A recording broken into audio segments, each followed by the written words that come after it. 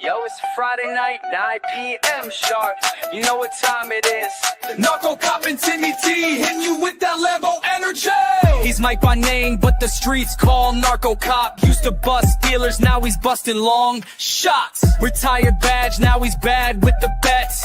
Octagon fiend, cashing slips, no regrets. Friday night fights, Seki poured on ice. Lambo plays podcast, breaking down the price. Got parlays, KO, subs in round 3. Split decision magic, cash it like a G. Lambo plays, it's a wild parade. Long shots flying, getting that paid. Tim with impressions, Narco's got the locks. Whisper bet of the week, gonna shock your socks. Lambo plays, the odds go cray. Spin that wheel, it's a betting ballet. KO's a B, round 2 or 3. Hit that split, cashing big LFG. Tim Troiano, lotion in hand. Tennis coach by day, fight fan of the land. Watching WMMA, yeah, you know the drill. Playing with himself, just joking, but still. Impressions fly, Katona in the house. Roses Jr. squeaking, Tim's loud like a mouse. Cornholio vibes, he's stealing the show. Narcos like bruh, but they still go toe to toe. Round 2 chaos, round 3 gold. Split decisions, bets unfold. Side case sipping, parlays lit. Lambo energy, never quit. Lambo plays, it's a wild parade. Long shots flying, getting that paid. Tim with impressions, Narco's got the locks. Whisper bet of the week, gonna shock your socks. Lambo plays, the odds go cray. Spin that wheel, it's a betting ballet. KOSOB round 2 or 3. Hit that split, cashing big LFG. Narcocop, Timmy T, Friday nights, yes. Lambo plays podcast. Where long shots live large and splits hit harder. We out. We out. We out. What's up, everybody, and welcome to the Lambo Plays podcast. I'm your host, Mike, along with my co-host, Timothy Troiano, and this is UFC England. Tim, how did you like our intro song? I do want to, before I do anything, I have to give a shout out to Bufo on the beat, man. He made it for us. I mean, when I first heard it, I was dying. But that's good shit, man. It's good. The beat is good. I see the chat like going crazy here. Tim with the lotion is just impeccable. Like, dude, it was just hilarious when I first heard it. But yeah, man. UFC England, Tim. What do you think about this card? Let's talk about that. Yeah, man. Props, Bufo on the beat. That was some good shit. Appreciate you doing that. Well done. Bravo. Yeah, as for this card, I'm a little bit sketchy on some of the props, honestly. I think I'm going to be chopping it up with you, try to find the best spots for the people here. Think there's a couple of long shots that we might need to just hit like one to have a good night. But other than that, I think there's a lot of greasy shit going on in this card. So we'll see. Yeah, I mean, this card, like I was telling Tim before we went on air, it's just that it's something like the props are like nothing really sticks out really well. I mean, a couple of fights do, but for the most part, man, I'm thinking a lot of decisions, honestly, on this card. And the pricing obviously is shit for these decisions. So our show is basically we're giving up plus 300s or better, but sometimes, you know, if it's not there, we just can't really give it out as a play, especially if it's not something that I think has value in it. So with that being said, let me go over to chat. Mushroom in the house first. Poetan, what's up? Dixon Sider, what's up, my man? Mirror on the wall, who has the hottest MMA betting show of them all. Appreciate that, man. Thank you very much. Bufu on the beat. Again, thank you very much, man. That intro song is fire. Danny Link, let's hammer the books tomorrow. Yes, sir. Let's hammer them. Listen to Jackie Blaine and hit that like. What's up, Jewish Better? Fresh Gambles. Time to cash a Lambo parlay. Man, we keep getting close. Tim was close. I was close. Last week we hit actually a lot of Lambo plays, which was good. We hit that Vera submission, which was incredible. But yeah, we're looking for more this week. Double Flush Discord starting the weekend hot already. Yes, sir. We cashed a big plus money and a nice win there on BKFC just before the show. Azure Blue, what's up, my man? Thank you for joining as well. Daz Files in the house. What's up, Daz Files? Cash that glove touch KO. Yes, we cashed that. Let's see who else. Dixon says that intro is fire. All I hear is fire, fire, fire. It doesn't look like Mushroom liked it. But you know, Mushroom, you have a little, your style's a little bit different, my friend. Yeah, with that being said, a bunch of you are in here. Appreciate you guys. 175 people in here. Let's start it off, Tim, because we have 13 fights. First fight of the night. It is in the lightweight division. It is the 13-4 Guram Kutakaladze versus the 9-2 Fernandez. You can kick us off here. Yeah, I mean, I think that this fight goes to decision, and this is kind of what you were saying. Looking for props in this one that are, you know, potential winners here is kind of tough for me. I'm going to give one that I think is like, I really kind of honestly don't think is going to happen. I lean Guram wins a decision here, but to me the path for Fernandez is greasy-ass split decision, where he just kind of like stays in it with Guram. Guram has fought close against certain guys. I do think that there's major grappling potential for Guram. I do also think that Guram could get a late finish if he grapples and beats the living shit out of Kawe. So I would lean like Kawe decision plus 850 or Kawe by split at plus 2200. Wouldn't hate a Guram by round 3 shot, but I think it's a Guram decision, to be honest. Yeah, I mean, this is one of them where probably goes to decision. I think Guram is the better fighter everywhere. Kawhi is dangerous with his kicks. He does throw with a little bit of power, but the one thing you notice with him is he gasses on tape. He tends to gas. Guram has 3 rounds of cardio. We saw it last time versus Jordan. Because of those reasons, I am taking a shot on the round 2, round 3. Round 2, 900. Round 3, 1100 on Hard Rock. Yeah, I'm just for those reasons. You know, the Fernandez has shown he can get tired. Guram has good cardio.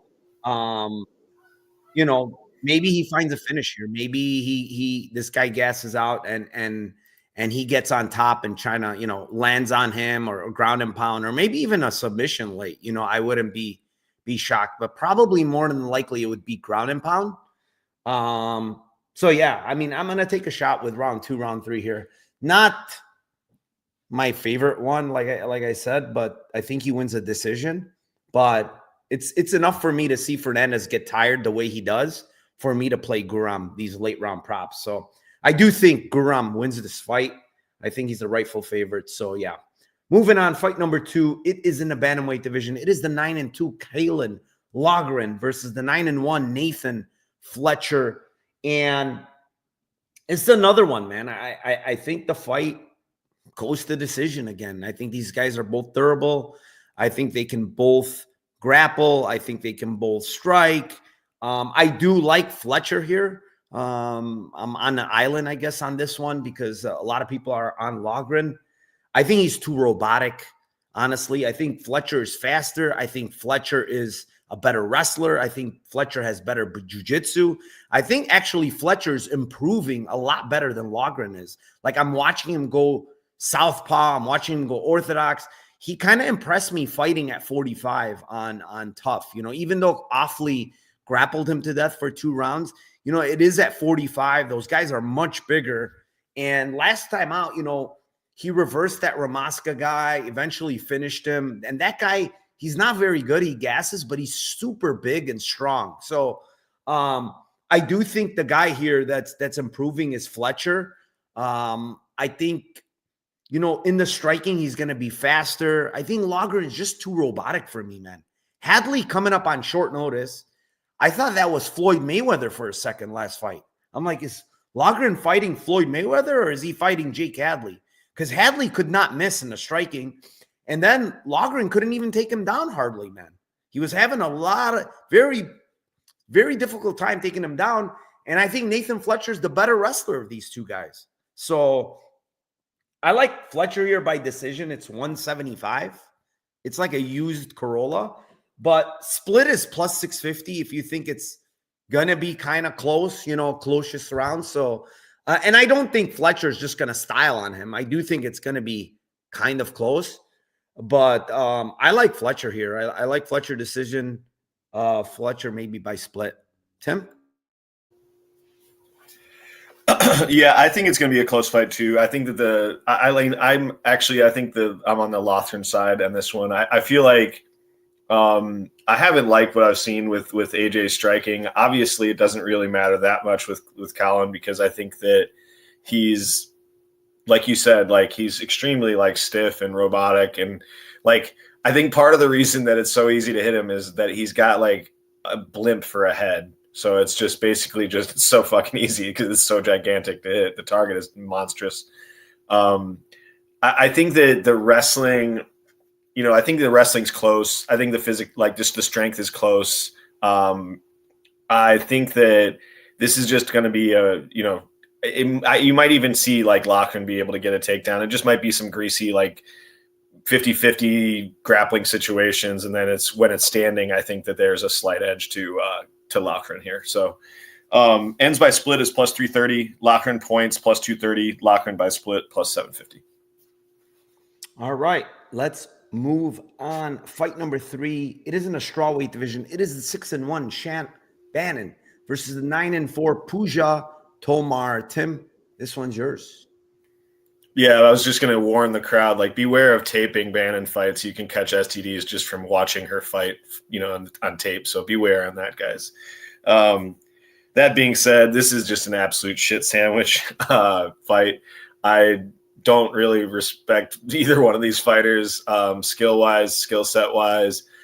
That being said, I just think that there's like a kind of a gigantically stupid line in this fight for women's MMA, low-level women's MMA. This fight, even if they're not trying, this fight could hit the ground. Even if they're not trying to take somebody down, they could slip on a banana peel and fall down. And so to me, I just look at the fact that one of these fighters is a little bit more well-rounded in Bannon, and then I think Tomar is just an absolute like albino belt level kind of. She goes for subs, but I just think defensively she's very fishy off of her back defensively. So yeah, Bannon by sub on DK is plus 1800. We were talking about that before the show. Just kind of like a stupid line to me. Bannon sub plus 1800. You want to get super whispery, you can go sub 2 plus 4,500, sub 3 plus 6,000. She gets it late. So yeah, give me some sub action. Hopefully it hits.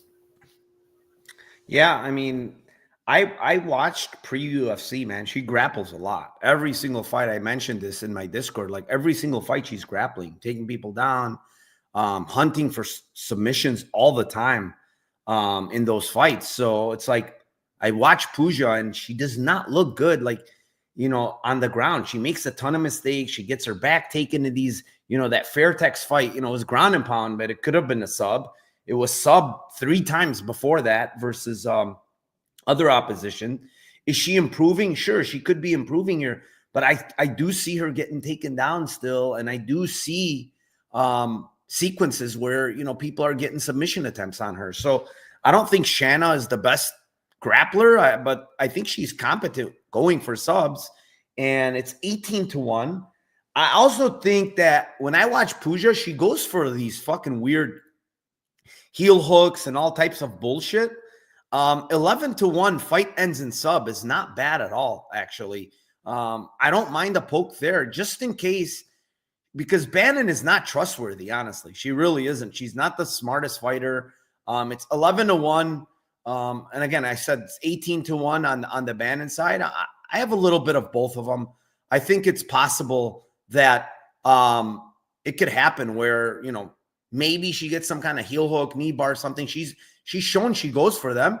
And then the other girl, Bannon, if she gets on top or she gets her back, it's 18-1. So I just like sub here in general, but obviously a lot more on the Bannon side than the Tomar side. Let's move on. Fight number 4. It is in the middleweight division. It is the 9-2 Andre Pulaev versus the 10-2 Christian Leroy Duncan.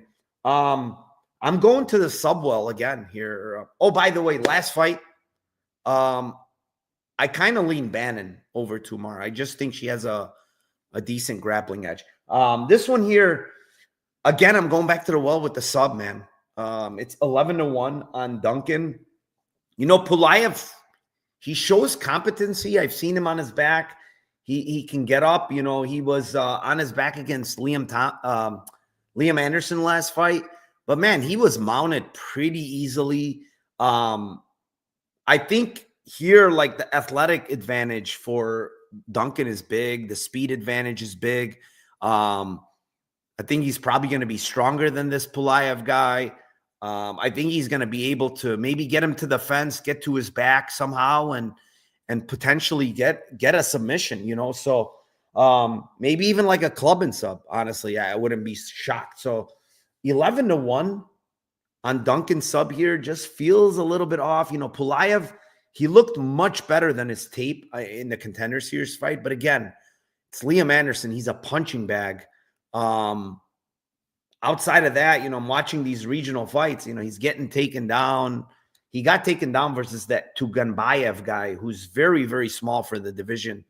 Pretty much ragdolled in that fight. So, Christian Leroy, if he's smart, this guy is big. They were at face-offs. He's much bigger than Duncan. If he's smart, the path of least resistance here is definitely grappling. So why are you going to strike here? But then again, it's Christian Leroy Duncan, and you never freaking know. But sub 11-1 is what I like in this fight. Yeah, early in the week, I bet the over 13.5 on stupid spinning shit on DK for Leroy Duncan. I think that's a minus 115. I think that was a great bet. That's like minus 250 now. So you can always rely on Christian Leroy Duncan to throw like 15 spinning shots instead of just throwing out a jab and beating somebody with length and athleticism. So yeah, I'm with you. I think that the sub line is kind of stupid. I think that there's a good shot that like he could just even like the first round for me for Pulaev is like that's the more dangerous round for him. He seems to slow down in some of the fights that I saw in rounds 2 and 3. So yeah, I think it's sub, maybe even like I think it's probably if it happens, obviously I club and sub is definitely there, but I kind of lean like it's a grappling sub more than the club and sub. Cause like he just seems to like when he hurts guys, he just seems to just go and pound them out. But it's always live, obviously. So yeah, give me the sub as well. Sub 2, sub 3 are pretty big lines too on 3,200 and 4,600. But yeah, just sub alone is nice. All right, we're in agreement again. Let's move on. Fight number 5. It is in the heavyweight division. It is the 26-9 Marcin Tybura versus the 10-0 Mick Parkin. Give us your take here. This one's interesting. I kind of see this fight going 2 ways, and I'm on the Tybura side in both of them. So I'll kind of break it down in both ways of which I think this could possibly happen or what could possibly happen here.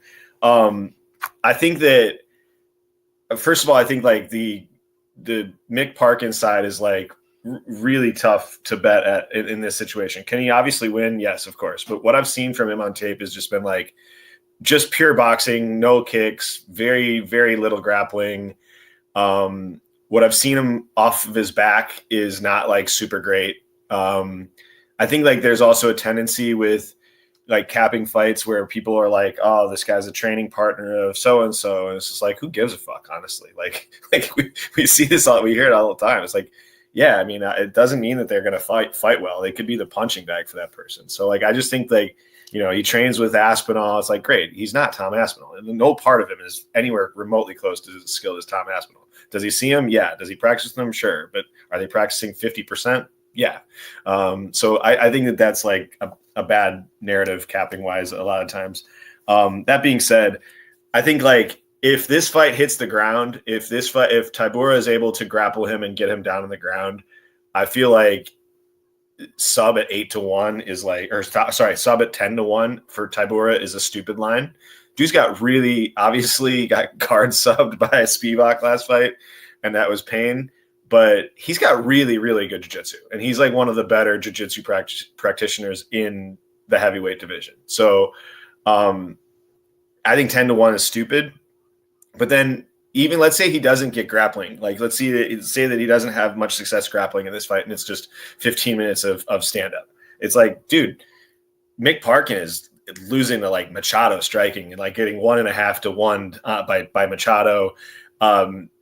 Like Usman's fighting super, super close with Usman, getting backed up, straight line back up into the cage. Like just there's nothing about his game that goes like, oh, dude, he's got the, you know, like one shot power to shut out Tybura or to like make him really worry about stepping and striking.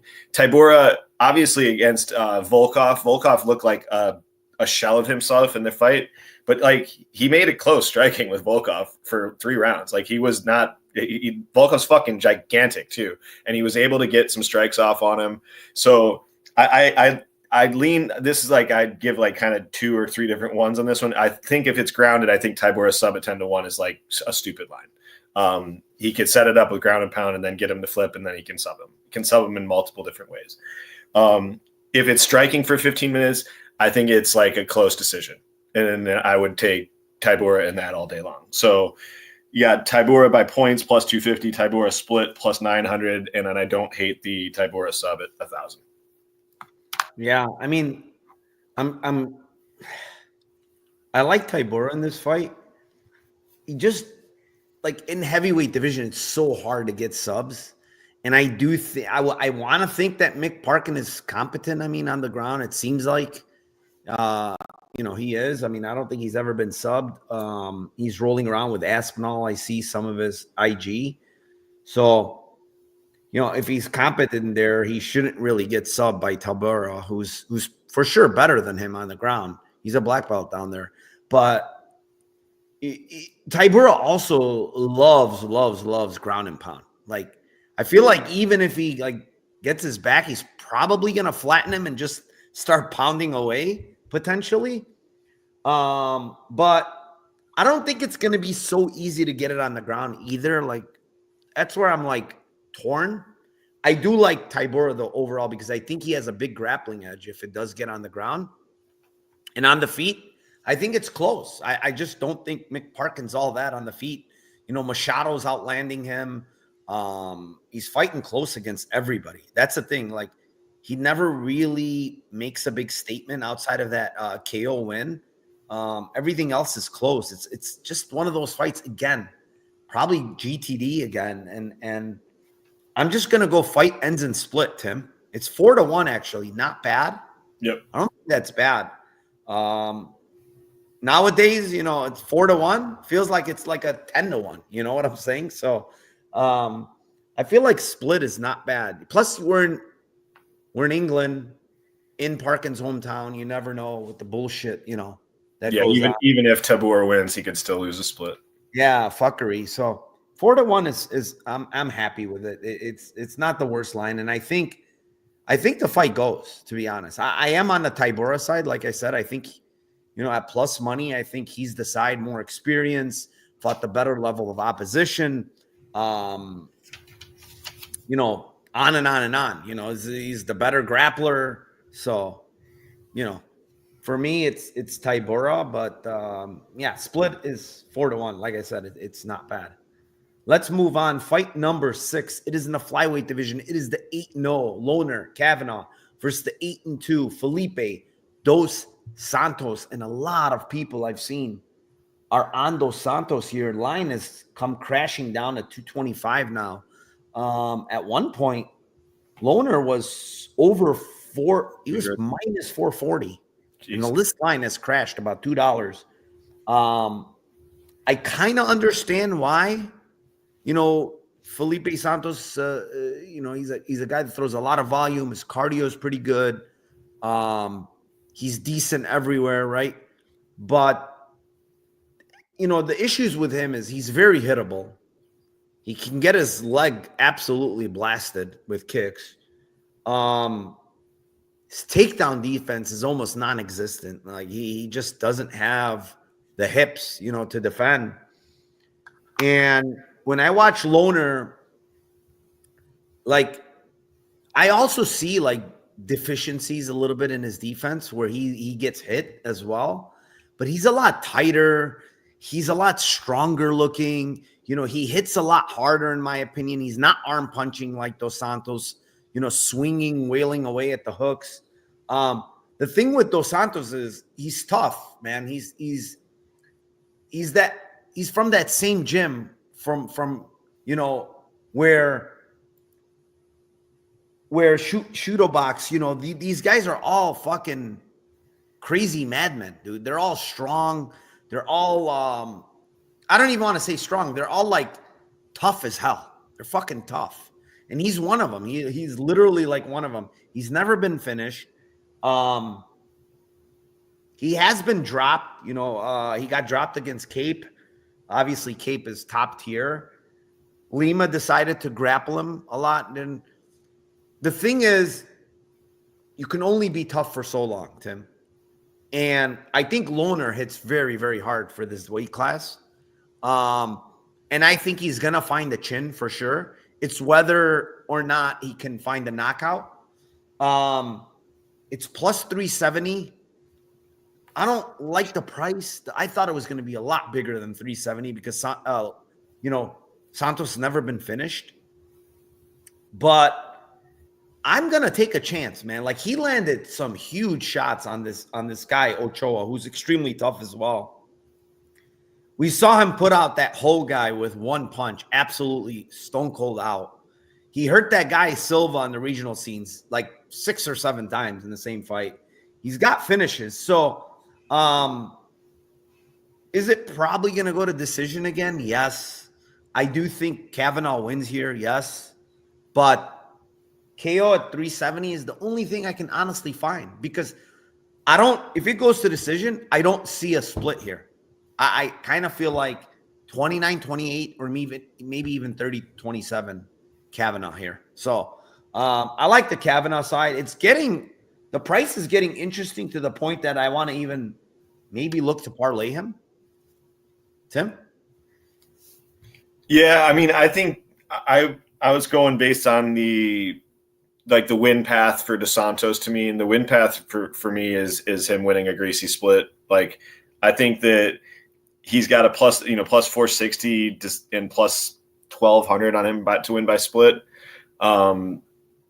And split is plus 350. I just think that those are like kind of the paths for him. And I just think that it's also like Loner to me is a guy that he seems to be a much cleaner striker. He is hittable, but I think the thing with Dos Santos is he's really durable and he also throws just a shit ton of strikes. Like he just volume, like it's not going to be bigger strikes, but like, it's probably going to be like him trying to throw 2 to 1 in strikes or 2.5 to 1 in strikes. And the bigger shots and the better shots are probably going to be coming from Kavanaugh. But you're going to see, like you said, some arm punches and some more just jabs and just like, calf kicks and shit like that from Dos Santos. So yeah, I agree because in my Lambo parlay, I have Kavanaugh by points. So like, I think that's the solid play, like just what I think is actually going to happen. But yeah, I think from a Lambo's perspective, I would go FDS points and split. All right. Let's see what the chat is saying here. Hit the likes. Listen to the man. Raw Torque says plus 3.5, Dos Santos. I mean, he wins one round in almost every fight. Like just off of pure volume and being aggressive, he tends to win a round. The scary part is if Loner, like I said, finds a finish or even like gets easy takedowns, maybe. Yeah. I don't know. like those Santos, like Lima pretty much grappled him pretty easily, I would say, like later on in that fight. So did Altamirano. Huh? So did Altamirano. I mean, Altamirano looked like fucking Khabib. I mean, that's the big red flag, right? Like Altamirano, like he's not really known for grappling. You can't tell me that like Kavanaugh isn't physically way stronger than Altamirano. Oh, way. You know Altamirano, Altamirano got like 10 takedowns on him, bro. Yeah. Like it's incredible. Like this guy literally has no hips. So like if you want to wrestle him, it's like, yeah, come on, welcome here. Here's my legs. Just take me down. If I was him, I wouldn't even waste energy trying to stuff takedowns. Just take me down. Because there's no point of trying to stuff him. You can't. You know, it's like he has no takedown defense. So I kind of feel like Loner is honestly like 278 now. I feel like he's becoming value. I mean, he's a good fighter. Like he's a really, really solid fighter. It's actually 275 on Bet Online. Maybe he keeps coming in. Who knows? A lot of people, like I said, lots of people are playing Felipe dos Santos, and I just feel like he's like fake value. I don't know. Maybe I'm wrong. All right, let's move on. Fight number 7. It is in the lightweight division. It is a 13-5-1 Jai Herbert versus the 15-6 Chris Padilla. This one's yours, Tim. First of all, I've been way wrong on Chris Padilla.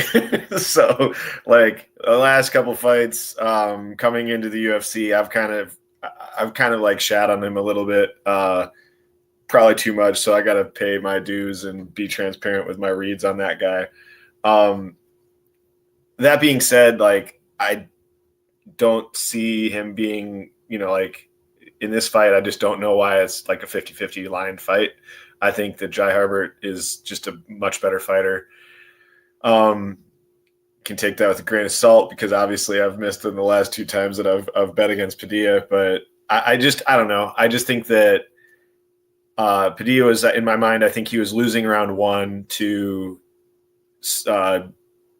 what's his face, the guy they just elbowed, Guram. Wrong Zhu. Actually, I think he won on 2 scorecards. Did he? Okay. It was a close round. If I'm not mistaken, I'm not 100% sure, but I could have sworn that he won on 2 scorecards. But I'll look. But go ahead, finish your. I just thought it was a really good elbow. Caught him. Obviously, that was the finishing shot from doctor stoppage and shit like that. And then he was getting his ass beat by Lon Top. Took down Lon Top twice.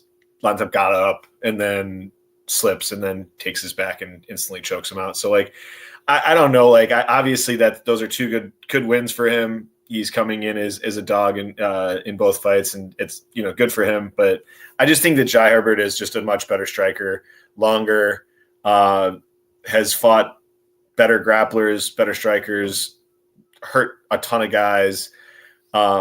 I just think he's going to be long and really just win the striking and being able to keep him at distance, keep him at range, jab him up. And I just think for me, it's like a Jai round 3 or a decision. I've seen, Padilla not recently, but in some of his regional tape, he's slowed down in rounds 2 and rounds 3. So yeah, round 3 is plus 1,600. Decision is plus 200 for Jai. So yeah, I think he's the side. Yeah, I'm on Jai here. I'm on Jai here at like, God, what did I get him at? I can't remember. Minus 105. I think currently, yeah, it's around there. Minus 110, minus 109. So not much movement. I just feel like Chris got a little overrated because of that Wrong Zhu fight, right? And by the way, he did win on 2 judges' scorecards. He was kicking Wrong Zhu, The thing is in that fight, though, Tim, it was the speed that was getting Wrong Zhu, right? This guy's much faster than Wrong Zhu, so he's touching him up quicker, nice jab, nice kicks. I don't think he's faster than Jai Herbert. Jai Herbert's hands are pretty damn fast. I am concerned with leg kicks for Jai Herbert. He always seems to eat a lot of leg kicks in fights. He kind of takes them well. I mean, but you just don't want to see getting kicked a lot, right? But, you know, Padilla showed me he can slow down, though, man. The guy slows down. Jai Herbert has a decent size advantage here, you know, not crazy, but a decent edge. And like the level of competition is just insanely different, you know, like look at his losses too, man. Ferezium, who's looked incredible, right? He won around there, I believe. Ludovic Klein, if he doesn't foul him, he wins that fight. He didn't foul him. I'm just saying, like they called it a foul, right? They took a point. But if they don't take the point, I should say, he wins the fight, right? He beats Ludovic Klein, who's looked incredible. He's on a tear at 45, right? So, or sorry, at 55. And his losses to Ziem and Topuria, who he hurt very, very bad in round 1 with the head kick, right? So, and then Moicano, he got dominated in the grappling. So it's like the level of opposition is just so different. And when you look at this fight, it's like Jai Herbert's taking a step down, and this guy is taking an immensely big step up. Is Herbert old? Yeah. I mean, he's up there, you know, he's 36, which is a little bit of a concern. You know, he's going to be 37 pretty soon. But he's looked good in some of these fights, man. Like he's fought and he's looked good. And maybe he's looked better than even before, you know? So at one point, honestly, in his career, like his chin looked very iffy, and I don't think it's that bad. I don't. And I don't think, like, yeah, does Padilla have a lot of knockouts and stuff? But I don't really think he's that big of a hitter, man. I really don't. And I'm watching him against this Darren Smith guy. You know, he didn't look good in that fight. He really didn't, and he lost by split. And he was getting out grappled in certain points. By the way, I won't be surprised if Jai Herbert takes him down here. His takedown defense looked a lot better. He's very strong in the clinch, and he has nasty knees and stuff. So for me, I love Jai Herbert in this spot. I think at that price, I think he should be more to like 150 range. But you know, this fight is slated basically, you know, to go to decision. It's like pick 'em almost to go to decision.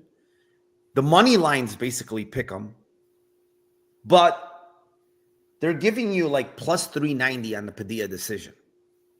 It just doesn't make sense. You know, I think they're totally overrating his finishing equity here, in my opinion. You know, they're making it seem like he can easily finish Jai. That's his win equity, which I think is win equity is to win rounds 1 and 2, not finish and win a decision at plus 390. So even though I like Jai Herbert, I think the value around all the props is this plus 390. And sometimes with this show, that's what makes it good, right? Even though I like Herbert, I really don't see many props that have value on his side, right? I see value on his money line, but that's minus 110. Like that's not a Lambo, right? But plus 390 is a Lambo, and I think the line is a bit off here. I think it should be closer to like 250, 280. Yeah, it's like $1 off in my opinion, and they're overrating his finishing equity from what I've seen. So, all right, Tim, let's move on. Fight number 8. It is in the featherweight division. It is the 20-6 Nathaniel Wood versus the 20-10-1 Morgan Charrier. And honestly, when I look at Charrier, I think he is the best 20-10-1 fighter in the world, dude. Because his record, when you look at it, you're like, this guy sucks. Like, this guy's not good. But when you watch him, he's very good. And he's only 29, Tim. Like, this guy has 31 fights. He's still only 29 years old. He's built like a truck.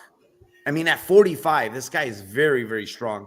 We saw him out-grapple Chepe Mariscal, basically. Like, Chepe Mariscal is so hard to out-wrestle and out-scramble and out-grapple. And honestly, I rewatched that fight. I feel like he won that fight.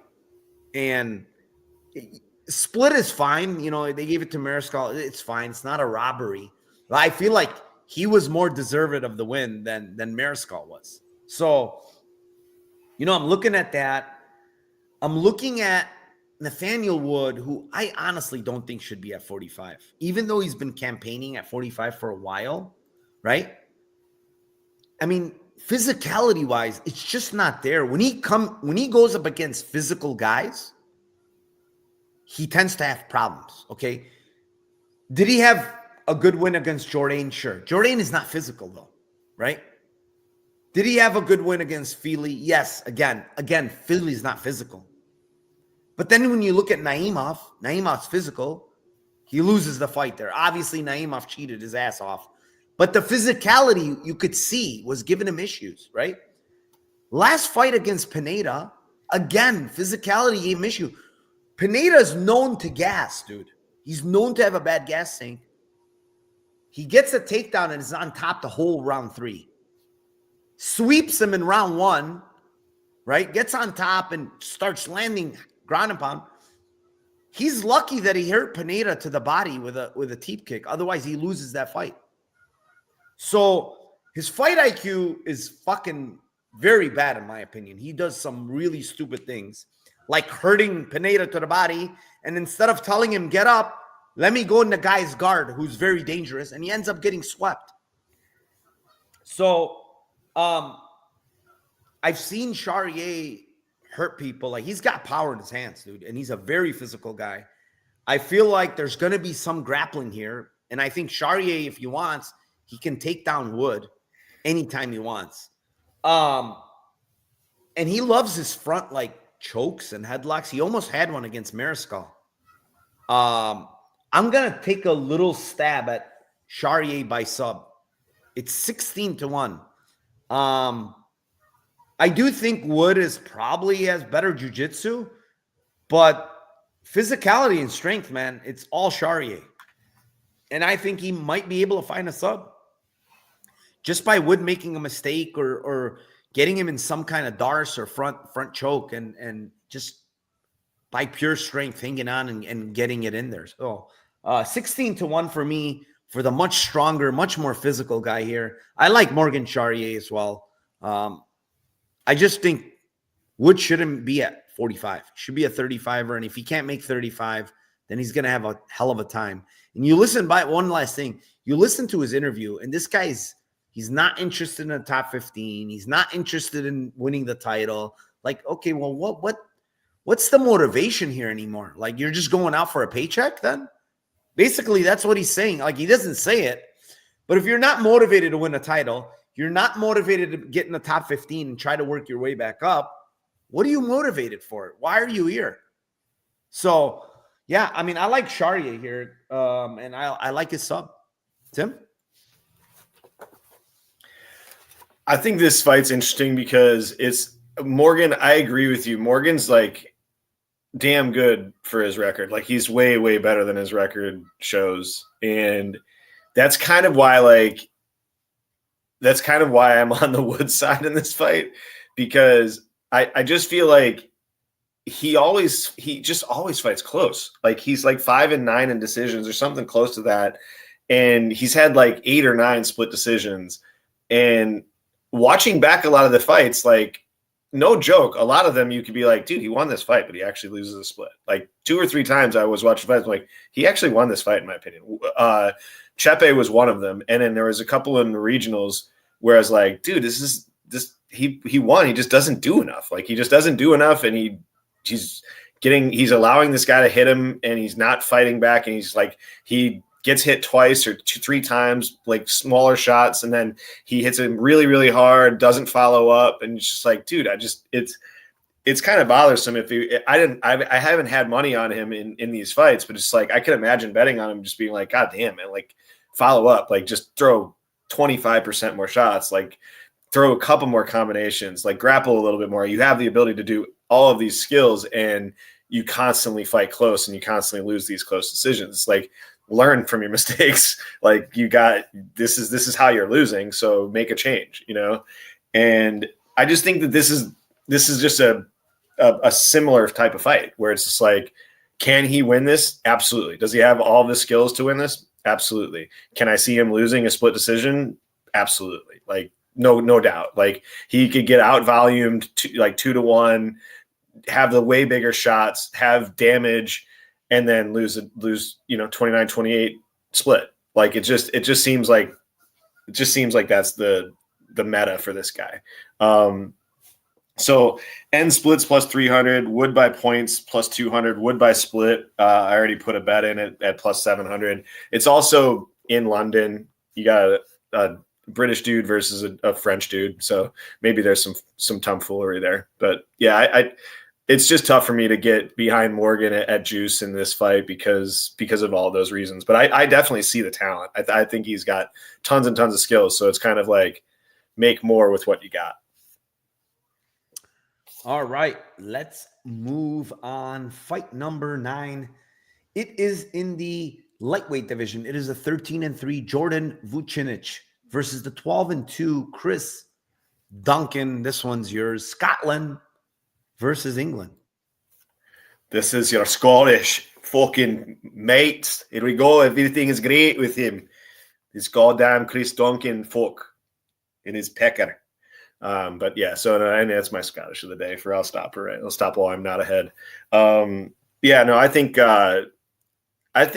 like Chris Duncan is a guy that's just like, he's just really, really slow. He's changed his style from being kind of like a brawler to now he grapples and tries to grapple guys. And it's just like, don't know really where his chin's at this point in this stage in the game.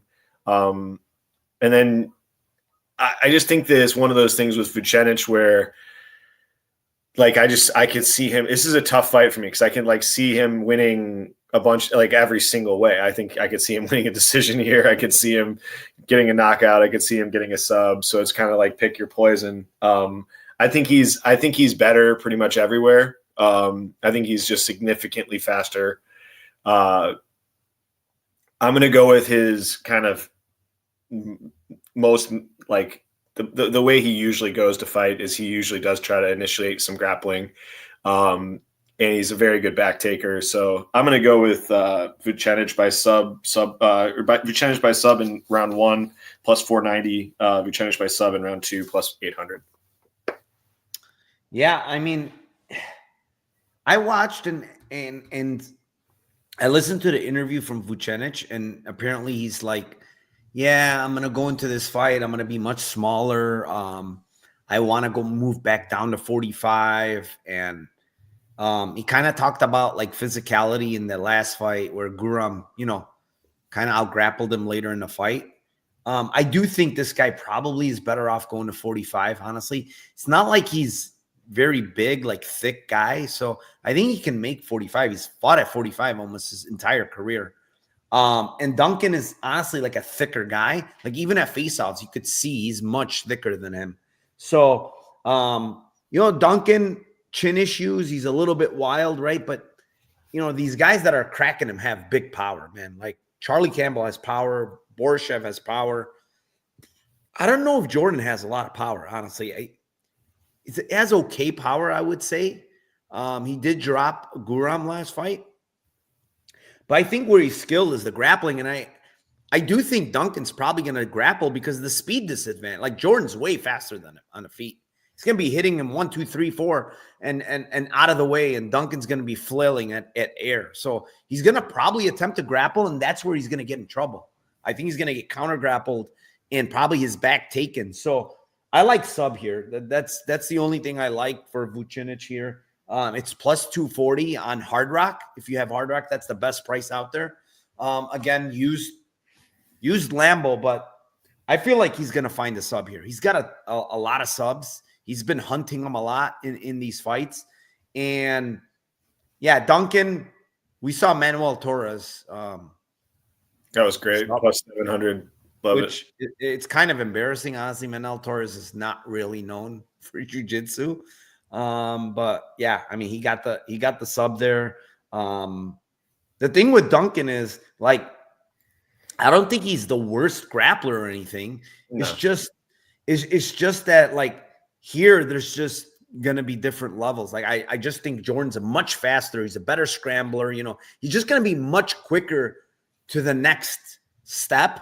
And I feel like he's going to find something based on that. So, Yeah, plus 240 for me on Vucinic. I think he wins here. I think it's kind of a comeback spot for him. They're like, hey, listen, we gave you a very, very tough guy and short notice, and you looked very good. You just kind of made mistakes in round 3, which is fine for a short notice guy at first fight in the UFC. I think he's going to look much better here. So yeah, and I agree with you. I think he's the better fighter everywhere as well. That being said, let's move on. It is in the women's strawweight division. It is the 14-7 Molly McCann versus the 11-1 Alexia Thera. Guess what, Tim? Guess what? I've been down this road before, and I'm going to go down this road again. I don't know, you're laughing, but listen to me. Listen to me.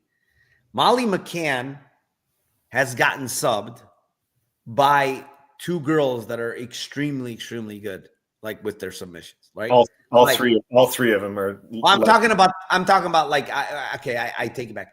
I'm talking about the recent ones. Yes, yeah. All 3 of them. Jillian Robertson's obviously spectacular too. That was like what, 7 years ago. Now, the one thing I do want to say is all 3 of these, keep in mind, we're at 125. Which makes a difference. I don't think Molly McCann should have ever been at 1. That's why she was called a meatball. She was fat, dude. She shouldn't have been at 125, right? So physicality-wise, it was just bad for her, man. She was getting out physical by all these girls. And when they're good grapplers, they're probably going to submit you. Now, when I look at Molly McCann, she is throwing up a lot of submissions in her fights, man. She just does. And we hit that big price on, if you remember, on Belbita, that sub price, and she hit it. And I look at Thera and I think, yes, she has pretty good wrestling. She's physical. But, man, this girl's a dumbass, dude. She is an absolute dumbass. And she makes so many mistakes. She's constantly, dude, she did about 20 ugly spinning kicks in Dana White's Contender Series. She did them again many times in the regionals. She does not learn. She's going to get her back taken at some point by these stupid spinning kicks she does. And I think, Molly McCann's not the world's best grappler, obviously. But like I said, she hunts for subs, man. And I think Thera, she's not great on top. She's been swept. I've seen, her just getting up from guard. And the thing with McCann is she's going to attempt submissions. She's going to attempt submissions on the ground. I don't think Thera is great on the ground, honestly. I really don't. So I'm taking a poke here, Tim. Taking a poke. It's plus 2,000 on Bet Rivers. I am going to take a poke. And by the way, I like Molly McCann in this fight. It's 2-1 now. Plus 210. And the line keeps going up. And for the life of me, I cannot figure out why people keep betting this Thera. She's so green, guys. She makes so many mistakes in that cage.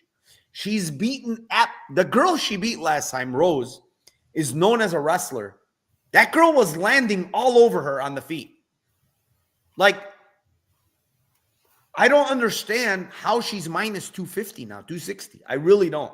She's fought absolute cans outside of Amanda, the chick that's in the UFC, but that girl's not, she's 0-2 in the UFC. She's not that good. And when she fought Brazil, we saw what happened to her, years back. Like, she's fought absolute cans. And she's minus 260. I really don't get it. I don't get how this chick is this big of a favorite.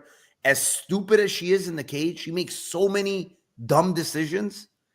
I like Molly McCann here, man. I don't really get this plus 210 on Molly McCann now. I bet her at a way worse number at plus 170, and I swear I want to add to this because it really doesn't make sense to me.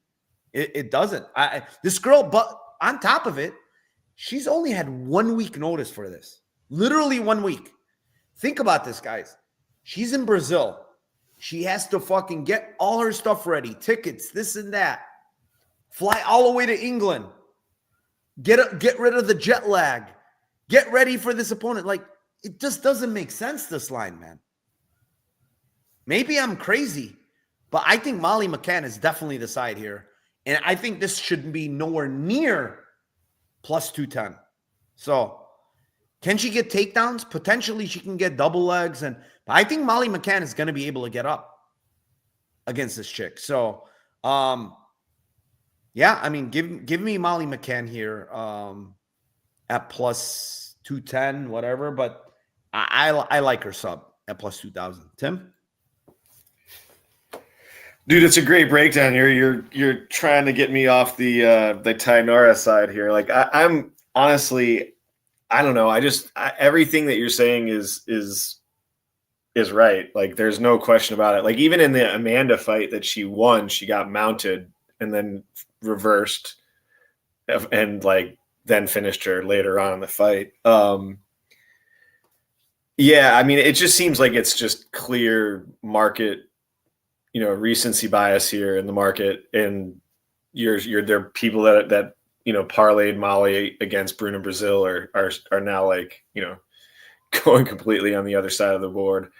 To me, I don't know, the reason why I'm going like ends by sub in this fight is plus 340. Tybura sub is plus 430. I think you got to go ends by sub in that situation because it's less than $1. And then you cover both sides.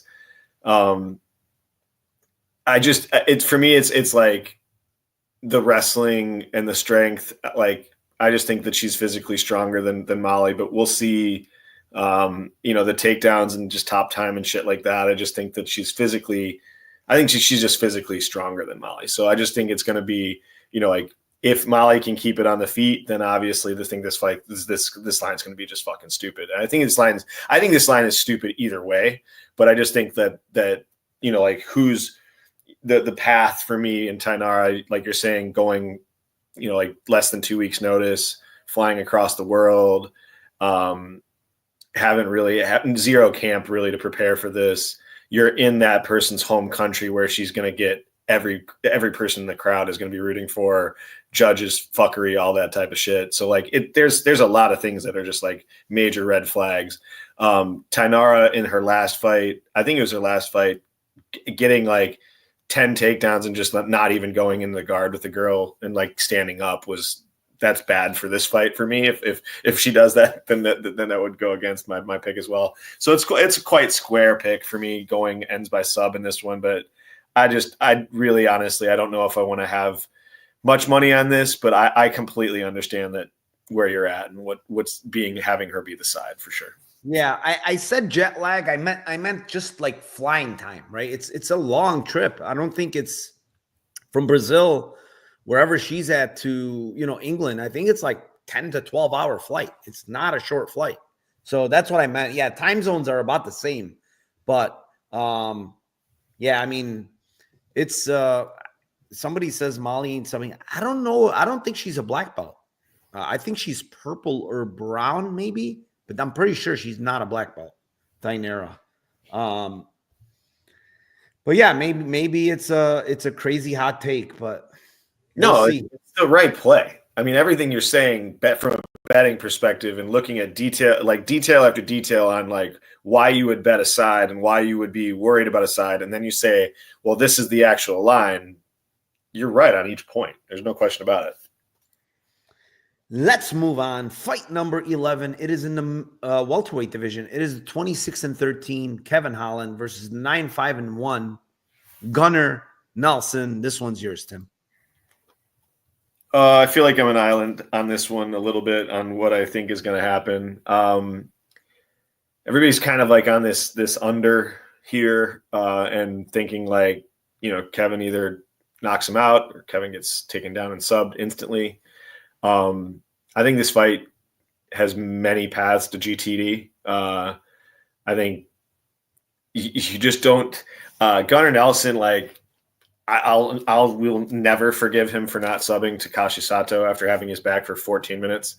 And just like, I know Sato is stalling, but still, if you're as credentialed as you are and have the jiu-jitsu that you do, like you've got to be able to sink in that choke. And And he was like minus like 200 by sub in that fight too. So it's the dumbest lines of all time that never hit.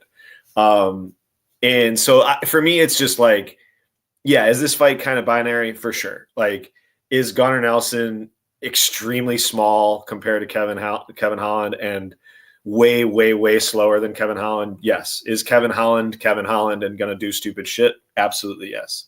That being said, like, I just think that Gunnar is like risk averse. Like, he's darts in and out, karate style, throws like 1.5 strikes a minute and doesn't do enough. Like, he's going to just try to avoid the fight until he can get into a clinch or go for a takedown. And then it's a question of if Holland can disengage or if he can get back up. And I just think, or even just defend until the round's done. Like, he's taken multiple guys that have had really good jiu-jitsu and fought off submissions. Like Gunnar Nelson versus like Rainer de Ritter is like, it's just otherworldly levels of jiu-jitsu. Like, you're just, one guy would absolutely butt rape the other guy. Like, and is just gigantic and probably would outweigh him by like 30 pounds in the cage when they would fight. So it's just not close to these guys, the same fighters, and like what they're doing compared to, like what Gunnar Nelson can do. So to me, I just think I think striking, I think this is going to be Holland being able to be longer, be faster, not really have a super aggro style, because if he does that, then he's going to put himself in a position where he can get taken down or clinched. So I think it's going to be both guys being very, very cautious and not letting the other get off their game. And then I think Kevin wins a decision. So plus 470, Kevin by split, plus 1200. I just think Kevin can outlast him on the feet and have the bigger shots. And Gunnar's kind of fucked at that point of just coming in and not throwing enough strikes. Yeah, I'm right there with you, man. This Gunnar guy has fought one time in the last 3 years. Like, he's not fighting. He's older. Like, I think Holland's, I've said this before, he's much better at 70. Like, he's just stronger. He's stronger. Whenever he goes to 85, he gets destroyed against grapplers. He gets absolutely destroyed. And it's a thing, man. He's just not strong or physical enough for those 85ers. He just isn't. So, Gunnar Nelson, he's really not the most physical guy. He has very good jiu-jitsu. Don't get me wrong. Like, the guy is, if you look at his career, like, he's grappled against the best guys in the world. Like, the guy is just 80cc level, like, very, very good grappler, right? But in the UFC, it's just like, of late, he just hasn't looked like Gunnar Nelson. Like, that Sato fight was a big, big, bad look, right? He couldn't sub Sato. The one thing I will say is the scary part is Gunnar does like the RNCs. He's pretty good with them. That's a lot of his subs. And Kevin Holland tends to get subbed like that. Like, that's the rear naked choke is his weakness, I guess, because if you look at Holland, I believe he's been subbed 4 times, and I think 3 of them were RNCs. Rainier de Ritter, RNC, Allen RNC, and Lovato RNC. All of them were RNCs, so except one, which was Chimaev, I think. Yeah. But dude, he's the more active guy. He's the bigger guy. He's going to throw a little bit more volume on the feet for sure. I'm with you. Holland decision 470 is kind of a play just off of hoping that Holland fights smart too. Like, that's the main problem too, Tim. If Holland had a half a brain, I would bet him here. Honestly, I really would. I think it's a good spot for him. I think he's fighting a guy that's been off forever. It's at 170. I think all the things that are good for Holland are here on this fight, but the guy is just untrustworthy, man. I cannot trust this guy for anything. So, like, he just doesn't fight smart. it's hard to put your money on a guy that doesn't fight smart. So, I can't bet him but I can bet his decision because I do think that plus 470 is a good line, even though Kevin Holland is not great in decisions, right? Like he is 4-7. So he's not great in decisions, but it's Kevin Holland. Who knows what we're going to get here? Only God knows. And if he gets taken down, I'm hoping he's going to get back up against this guy and not let him, he's not as physical, like I said, as these other guys. So, yeah, let's move on. Fight number 12. It is in the light heavyweight division. It is the 29-10-1 Jan Blachowicz versus the 11-1 Carlos Alberg. And Jan is 42, coming off major shoulder surgery, coming off 2-year layoff. Feeding him to a guy that obviously the UFC likes. I will tell you, I didn't like how he looked against Volkan. I don't think he looked all that good. He was getting hit a lot. He was getting his legs chopped off, which is very bad here because Jan throws very hard kicks. But dude, Jan is glacially slow at this point, man. He really is. He has to be. He's 42 years old. 2-year layoff, shoulder surgery, looked in bad shape, to be honest, at weigh-ins. I did not like how he looked. He looked very flabby, basically like, damn, the age is getting to him, right? And to be honest, this might even be his retirement fight. Like, I don't know. Like, if he gets destroyed here, is he going to come back, Tim? He's 42. Is he going to come back off a 2-year layoff and get destroyed here off shoulder surgery? Is he going to come back? I don't think so. I think he probably puts down the gloves if he gets destroyed here. And he's fought very close against the world champion and the former world champion, which is, when people look at that, Tim, when I look at that, like I look at that record, I see he lost to Glover, then he lost years back when Santos was good, right? And his last 2 losses are one is a draw, one is a split to the current champion and to the defending, former world champion. So it's like now Alberg is a huge favorite against this guy. Like it doesn't make sense, right? But the context is different. Like this guy's coming off 2-year layoff. He's 42 now. Once you go over that 40 mark, dude, every year probably is like 5. So, like, I think Alberg is going to find a knockout, to be honest. The speed difference is going to be astronomical here on the feet. Alberg KO 1-2 is plus 230. I can't give anything else. I don't like anything else.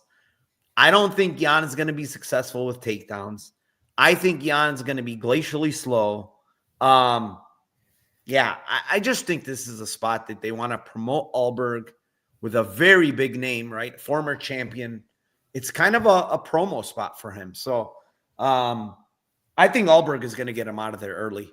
KO 1-2 plus 230 for me. Alberg, Jan hasn't been knocked out since 2019, but he's been hurt in a lot of these fights. So I think he gets knocked out here, to be honest. Showcase spot for Carlos Alberg. Tim? Yeah, I really don't know what the fuck to go with on this fight. I was thinking Alberg points, but I can see the knockout as well here. I really don't have a lot on this one. I would take a small stat. Like I would say, like, okay, if you're Jan and you're insta grappling plus 1900 on his sub, maybe, but like I just don't think it's gonna hit. So I'm doing a lot of scribbling out on my page right now because I'm trying to think of what I would actually like go on, and I have like 2 or 3 different ones.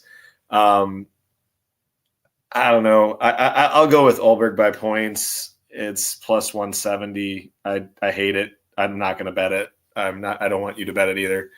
But yeah, this would be actually kind of like a pass spot for me. I really don't really have any. I do honestly, I do think that he probably does get KO'd, but I mean, he's shown pretty good durability. He just seems like he's fucking dead. Like he's super, super slow. So Alberg by points would be my I hate it bet of the week. Yeah. I mean, it could be Alberg's points. I kind of feel like Ozdemir took some big shots in that fight.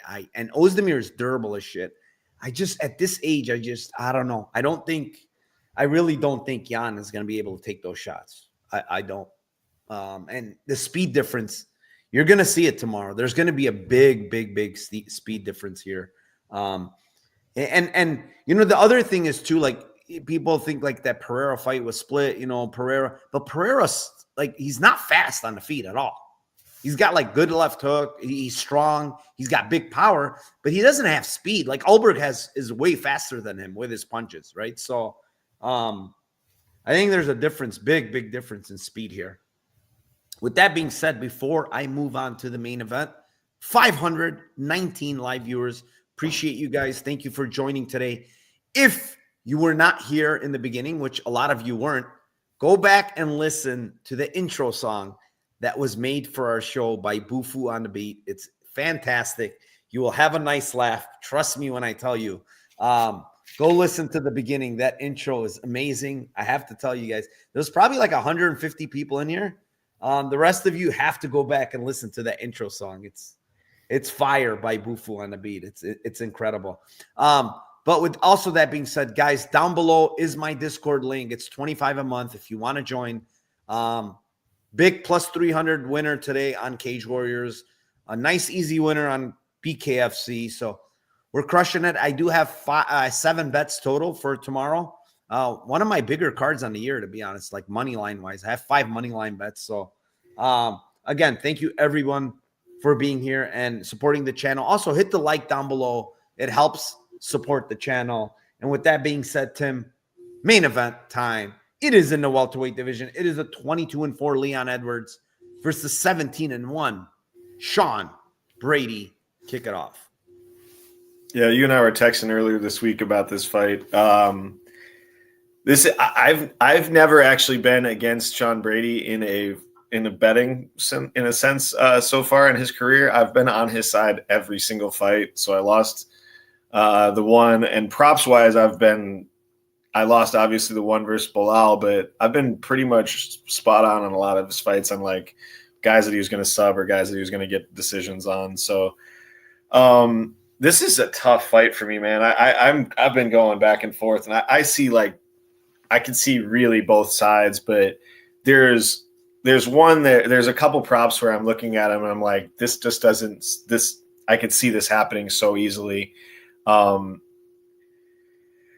Obviously, if it's Sean, to me, like I could see this fight going a bunch of different ways. I could see this fight GTDing and being super, super close. I could see and having Sean having some grappling success and maybe some top time and winning a couple rounds and then losing a couple rounds by the strikes. I just don't think. When you're looking at like the face-offs and like Sean is like this, like fucking a full head under Leon.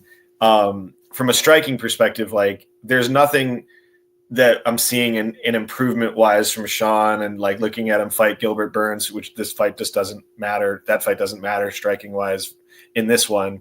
And then just the damage that Leon does to guys that are trying to take him down in the clinch. I just think this is extremely binary. Like if Sean's getting his takedowns, he's the most dangerous submission guy that Leon has fought, in my opinion. One of the most, like at least I would have to look at his record. He's got the best jiu-jitsu of the last 3-4 fighters, 5 fighters that he's fought for sure.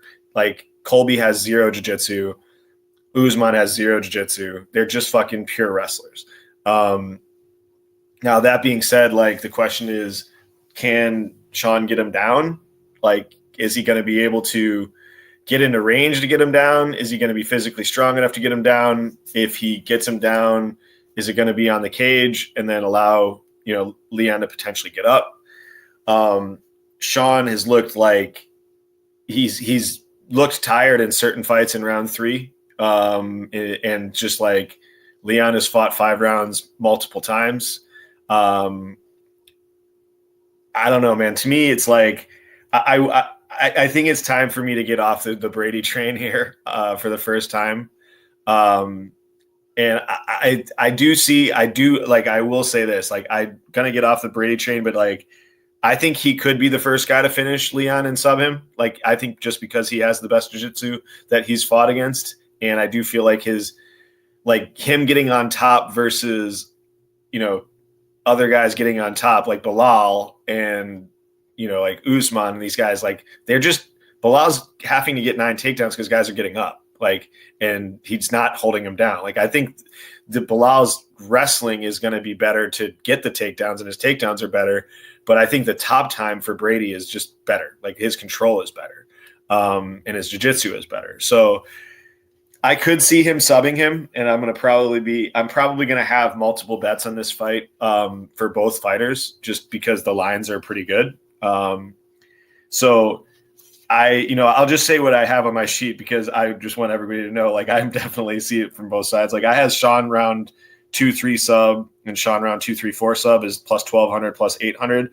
But I'm going to be on the Leon KO at plus 600, and the KO 345 for Leon is plus 1,400, and the KO 45 is plus 2,400. Like, I just think that those lines are stupid for Leon. Like, if he's stuffing takedowns, and if Sean is getting tired and he's not able to get takedowns, I just think he's just ultra fucked in this fight, like, just beyond belief. Like, one guy has to get the fight to the ground.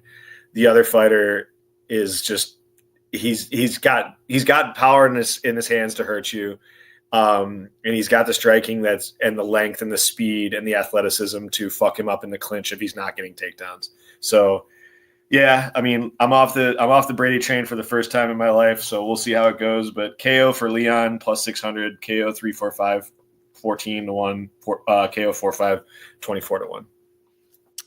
Yeah, I mean, I can't argue with what you're saying about this fight. Like, I wanted to bet Leon, right? I thought he did a lot better than people gave him credit for in the fight against Bilal. He had a couple reversals, he stuffed some takedowns, he got up. But man, like, Bilal's a different fighter than Brady. Like, the pressure, the volume, the chain wrestling, it's much different than Sean. Brady doesn't really do that, right? He's not a high volume guy. He's not a high pressure guy. He will shoot some takedowns, but his wrestling is not as good as Bilal's. And yeah, his jiu-jitsu is better, but that's about it. It starts there and ends there. He's not really better anywhere else than Bilal, right? So, like, this is a different matchup for Edwards in the sense that, he doesn't really want his back taken by Brady, because if he gets the body triangle in, he's probably not reversing the position here like he did against Bilal, but and he could be finding himself in some bad situation. But I posted on my Twitter earlier in the week. I don't think anybody had it, but I saw that he had staph. That's my concern now with Leon Edwards, that he has staph infection. You could see it in his right elbow. It's a hole, and it was there at face-offs today, and you could still see it. It was clearly there. I went back and tried to investigate, like, when this started, and it clearly looked like it started sometime in the beginning of March, like maybe March 5th, March 6th. That's when it started. So if the infection started March 5th, March 6th, we're only 2 weeks from there. Who knows when he started taking the antibiotics, and so, like, could he potentially still be on antibiotics here? The wound is still there. He's lying about 6 weeks ago, Gamblestein. Go look at his IG post 6 weeks ago. He did not have anything. That I investigated it, and I see it came out around the beginning of March. So he's lying. Obviously, he's not going to say the truth about that. But yeah, I think it happened like 2 weeks ago. And that's my concern. Like, cardio, this and that. It's a 5-round fight. But I just don't like what I've seen from Brady, to be honest. Like, even that, like, people are giving him all this props for his last fight, 5-round fight. But like, dude, Burns looks completely washed. I'm sorry. That's not Burns. Like, he's shelling up. He was scared to, like, when have you ever seen Burns not throw back hard? Like, he just wasn't doing it in this fight. He did it against Hamzat. He didn't do it against fucking Brady. Like, he's scared of Brady on the feet. He just doesn't look good. He didn't look good. And you know, Gastelum fight is like whatever. Gastelum is like out of shape. You know, he took him down, did whatever. But then when you go back 2 years to the Bilal fight, he's getting his ass kicked in that fight on the feet. Like, absolutely getting torched by Bilal. So he also like in round 3 versus Chiesa, like, got saved. Like, if that fight was 4 or 5 rounds, he was getting beat. Yeah, he was tired. Yeah. I mean, the last thing, I'm sorry to interrupt. Like, the last thing I forgot to say was, like, Brady's nose gets broken every time he gets hit. Every single time he gets hit in his face. Like, his nose is like fucking this. And it's like it gets broken every fight he gets hit. And he's had surgery on it to fix it. Like, yeah, I'm just concerned. Like I said, I'm concerned with the cardio, but with the antibiotics and the staff and this and that. But to be honest, I have to play like these lines of 3, 4, 5 KO. Yes, sir. On Edwards at plus 1400. It's like you have to click that button. Like, I just have to. And and that's basically saying, hey, Sean Brady, if you fail on takedowns, which I think is possible, you are absolutely going to get pieced up here. And you're going to get tired. And you're going to get kicked to the body. And eventually, I feel like you're going to get finished. So I'm taking a shot here, 14-1. It's KO 345 on Mr. Leon Edwards here. Like I said, I like him in this fight. I just, fuck, man. It's plus 140, not 135 now. I said if it gets to 50, I would have hit it. And it got there on DraftKings. But after I seen that freaking staff, man, I couldn't bet him. I could not bet him. It was a little bit of a concern. So, yeah, with that being said, Tim, Lambo parlay time. I can go first here. I can go first. I have a 3-legger.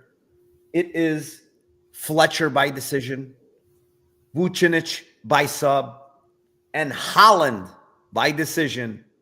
42-1 here.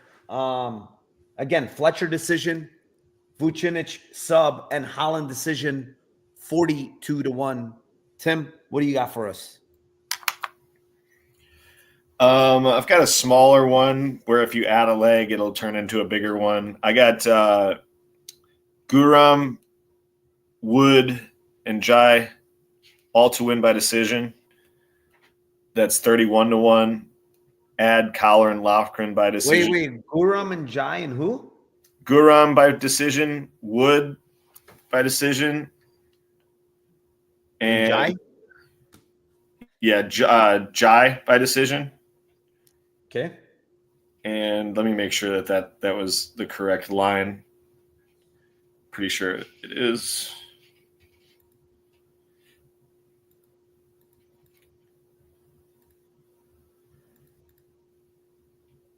Are you there? Yeah, I'm here. Sorry. Guram, No, yeah, Guram, Jai, Wood, and Jai, and then Loner is the 4th leg. Oh, so it's 4-legger. Yeah, it's 4. Loner, Kavanaugh by decision as well, and that's 31-1. I was going to say that 42-1 was too big for those 3. Yeah, no, it's 31-1 if you add if you have Loner as the 4th leg, and then Cowlin by decision is 106-1. With who by decision? If you add Collar and Logren. Oh, Logren by decision. Okay. Yeah, so if you made it 5 legs, it's 106-1. If you want to get like super greasy on a sub prop, you could do the CLD sub, Vucinic sub, ends by sub in the Tainara, and the Tainara Mali fight is 160-1. I'm so confused. I said it was if you wanted to get greasy on a second one, it would be a sub like a Christian Tainara. You said Tainara and who else? That's end sub in that fight.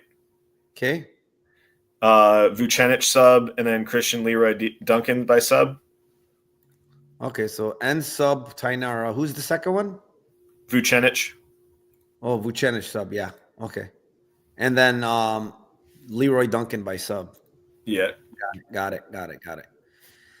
So I am, full disclosure, I am gonna do a crazy sub with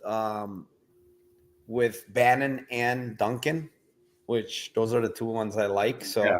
Hell yeah. I think that's like 300 something to 1. I am gonna sprinkle it, but you have to do it on DraftKings, FYI, because DraftKings has the 18 to 1. I'm not wearing a jersey. I'm just wearing a UFC. It's like a UFC shirt that I bought.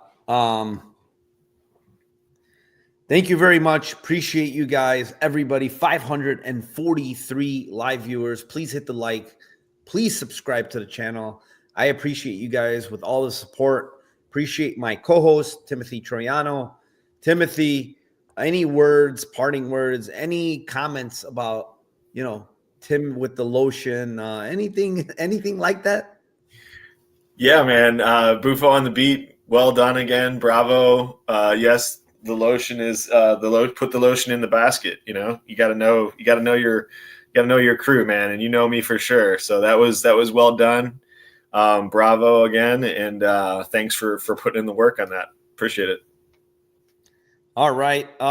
You can find him at Timothy Troiano on Twitter. You can find me at Narcocop on Twitter. Appreciate each and every one of you again.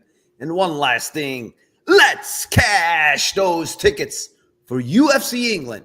Peace.